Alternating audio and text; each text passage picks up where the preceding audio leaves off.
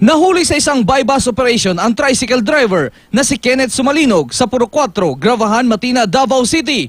Nabilan siya ng hinihinalang shabu. Nakuha rin sa suspect ang ilan pang pakete ng shabu, marked money at drug paraphernalia. Natay buy-bus operation no, dito sa New Matina, Gravahan, kahapon alas 1:00 sa hapon. O gato na dakpan ning suspect nga tricycle driver no. Pero hindi lang si Sumalinog ang naaresto. Nang dumating kasi sa lugar ang mga operatiba, naaktuhan nilang may dalawang gumagamit ng illegal na droga sa bahay mismo ng suspect. Aminado ang suspect na gumagamit sila pero itinangging drug din ang bahay niya. Kuha mo itong kwarto. Dito siya drug din. Dito ba? Tsambahan po. Tsambahan po. User wala po sir. Naapoy nagpatsisyon sa sulod sa iyang kwarto.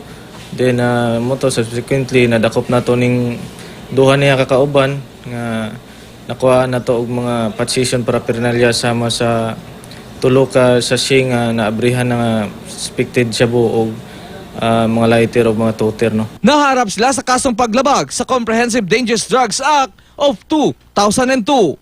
Real Soroche, Nagbabalita, Pilipinas.